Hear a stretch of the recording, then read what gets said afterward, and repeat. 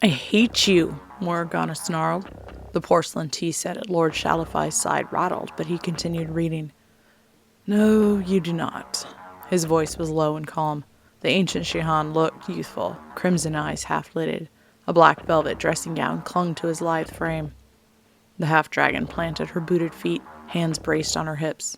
You sent that bitch, Rivka, to kill the ambassador instead of me. Silver skin gleamed in the mage lights as her tail lashed violently around her ankles. Lord Shalify licked his finger and turned the page, ignoring the impatient hybrid. She began growling, and he arched a slender brow. She is my head assassin. Of course I entrusted her with this mission. Morrigana's growl increased, sensual lips pulled away from her sharp teeth.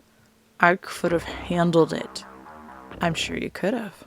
Her anger spiked. She lunged to close the distance and ripped the book from her father's hands. Then why in all the hells didn't you send me? Her voice rose an octave as she bellowed.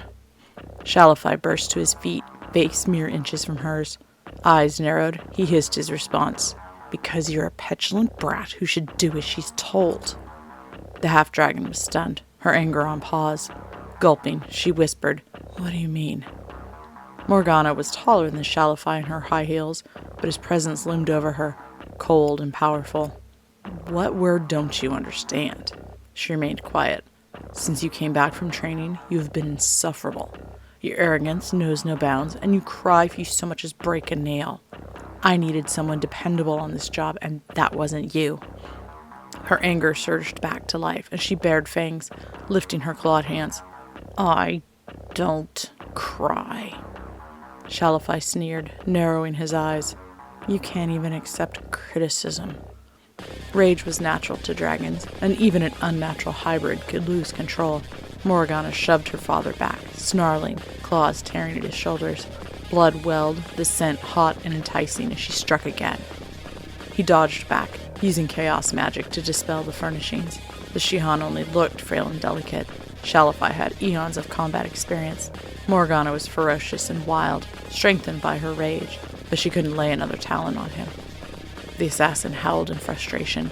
How could her father say such mean things when she knew he cherished her dearly? Morrigana was his pride, his masterpiece, and she'd been passed up for some full-blooded Shihan bitch. Shalify danced away, making it seem effortless. He even yawned once, eyes indifferent. Morrigana sobbed, biting her lip as she continued her attack. Tears blinded her more than her anger, and breathing became difficult. The hybrid swings became less forceful. She put less effort into keeping up with her father. Finally, she stopped. Closing her eyes, rationality returned to Morrigana. Lord Shalify was right about her lack of control, about her arrogance, about Rivka being more dependable. Somewhere along the way, Morrigana had given in to the sense of entitlement. Shalify wrapped his arms around her from behind. It's not you that bothers me, he whispered, kissing her neck. One attitude problem doesn't change your status. You know you're more than just an assassin to me, daughter. With a shuddering sigh, Morrigana tried to relax. She was comforted by his touch, warmed by his words. The entire outburst had been simply one more of his lessons. She would grow from it and continue to shine for him. Of course you will.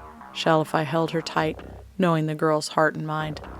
Everything he wanted to teach her, Morrigana would learn. Thanks for watching. If you enjoyed, please hit the like button. Don't forget to subscribe, share with others. Social media links are below in the description. See you next time.